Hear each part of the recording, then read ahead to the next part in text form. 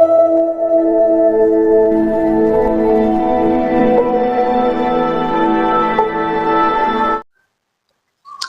আলাইকুম, কেমন আছেন? আশা করি আপনারা সকলে অনেক ভালো আছেন। আলহামদুলিল্লাহ, আমিও ভালো আছি। আমি আপনাদের কাছে একটি সুসংবাদ জানাতে চাই। আমাদের এলাকা থেকে বনবাসী মানুষদের জন্য ত্রাণ নিয়ে যাবে আজকে 29 তারিখ আগস্ট, রোজ বৃহস্পতিবার। আজ রাতে আমাদের এলাকা থেকে নোয়াখালীর উদ্দেশ্যে রওনা হবে। ত্রাণের প্রতিটি প্যাকেটে যা যা রয়েছে, যেমন আপনারা এখন দেখতে পাচ্ছেন মুড়ি,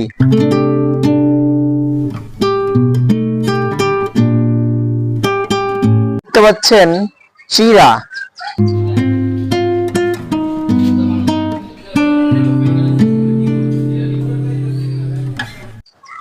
গুড়,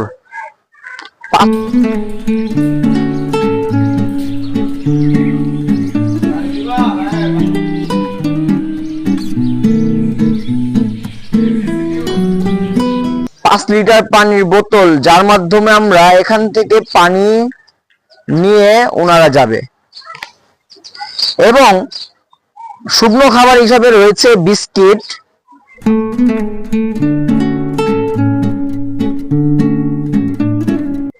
মেডিসিন হিসাবে রয়েছে স্যালাইন এবং প্রয়োজনীয় কিছু ঔষধ।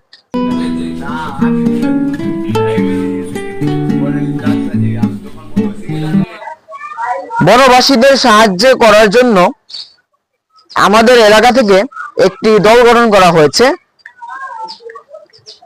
তারা সবাই এই ত্রাণ নিয়ে যাবে। তাদের জন্য আমরা সকলে দোয়া করব, কারণ যাতে সবাই এই ত্রাণ ভালোভাবে দিতে পারে। আমি কয়েকটি গণমাধ্যমে দেখলাম, কেউ যদি ত্রাণ নিয়ে যায় তাহলে তাদের সাথে মারামারি হয়, বিশৃঙ্খলার সৃষ্টি হয়। সেটা যাতে না হয়, তাদের কাছে আমরা এটি একটি কথা বলতে চাই যে আমরা যে ত্রাণ নিয়ে যাবে আমাদের বড় ভাইরা, তাদের যাতে কোনো কষ্ট না হয়।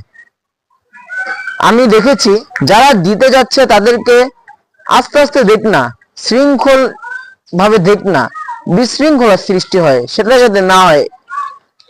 এবং ত্রাণের মোট প্যাকেট প্রায় 800 থেকে 1000 প্যাকেট নিয়ে যাবে। সবাই দোয়া করবেন, যারা যাচ্ছে তারা সবাই যাতে সহি সালামতে ফিরে আসতে পারে, এই প্রত্যাশা রইল। আমি জানাবো আপনাদের, আমাদের এলাকায় যারা সাঁতার পারে তাদেরকে নিয়ে যাওয়া হবে।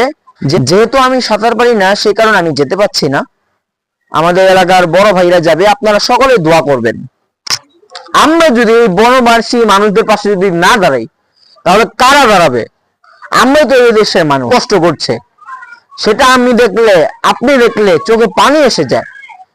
দেখবেন যে বন্যার ভিতরে মানুষ কি কষ্ট করছে, যা দেখলে অনেক খারাপ লাগে।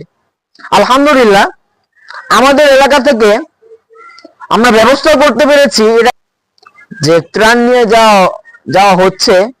সেটার জন্য আমি আল্লাহর কাছে লাখো কোটি শুকরিয়া জানাই যে আমাদের এলাকা থেকে যাচ্ছে। আপনারা সকলেই দোয়া করবেন যাতে সহি সালামতে তারা যে আসতে পারে। এখন আমার কথা হচ্ছে কি, আমরা অনেকেই দেখতে পাচ্ছি গণমাধ্যমে বা ফেসবুকে দেখতে পাচ্ছি, অনেকেই অল্প সংখ্যক ত্রাণ নিয়ে যায় এবং সেখানে যে পিকনিক করে। ভাই, এটা আসলে করবেন না, কারণ তারা অনেক অসুবিধা রয়েছে। আমরা কেন সেখানে যে আমরা পিকনিক করব? আমাদের মনে হয় না যে আমরা যদি এই বনবাসী মানুষদের মতো আমরা যদি পানিতে ভাসতাম তাহলে আমাদের অবস্থাটা কেমন হতো? ঠিক একবার আমাদের ভাবতে হবে। তাদের অবস্থা খুবই খারাপ, তারা খাবার খেতে পাচ্ছে না, তারা জীবন যাপন করতে পারছে না। আমি একটি কথা বলতে চাই, যারা অল্প সংখ্যক ত্রাণ দিতে চান, আমি বলবো আপনারা কোন এজেন্সিতে দিয়ে দেন, আমি মনে করব। কারণ তারা যে এজেন্সি দেন, সেই এজেন্সি হয়তো প্রত্যেকের কাছে পৌঁছে দিতে পারবে। আপনি যদি 100, 200, 300 প্যাকেট যদি নিয়ে যাই, কাকে ছেড়ে কাকে দিবেন? সেটা সম্ভব না। আমি একটি কথা বলতে চাই, আমরা যদি দিতে চাই বা অল্প সংখ্যক হোক, আমরা এজেন্সিতে দিয়ে দিব। যেমন আল সুন্নাহ ফাউন্ডেশন আছে, তাদের কাছে দিয়ে দিলে, আপনারা হয়তো জানেন তারা অনেক মানুষ প্রত্যেক জেলায় কম বেশ করে দিচ্ছে। তাদের কাছে দিলে হয় কি, আপনারা দেখতে পাবেন তারা প্রত্যেক মানুষ, যে মানুষ বন্যায় প্লাবিত, যে রিমোট এরিয়াতে তারা যেতে পারে না, যে রিমোট এরিয়াতে তারা যেতে পারে না, সেই রিমোট এরিয়াতে দেখবেন তারা দিচ্ছে। আমি আপনি গেলে 200 বা 300 বা 400 সর্বোচ্চ নিয়ে গেলাম, তাহলে যে রিমোট এরিয়াগুলো আছে তারা তো পাবে না। এই জন্য আমি বলবো আপনারা ফাউন্ডেশন বা এজেন্সিতে দিয়ে দিবেন, তারা অবশ্যই এগুলো দিয়ে দিবে। দর্শক, আজকে ভিডিওটা এই পর্যন্তই ছিল। আশা করি আপনাদের ভিডিওটি ভালো লেগেছে। যদি ভালো লেগে থাকলে প্লিজ চ্যানেলটা সাবস্ক্রাইব করুন, লাইক করুন, কমেন্ট করুন, শেয়ার করে দেন। আজকে পর্যন্ত এখানেই, দেখা হবে অন্য কোনো জায়গায়। ততক্ষণ পর্যন্ত ভালো থাকবেন, সুস্থ থাকবেন। আল্লাহ হাফেজ।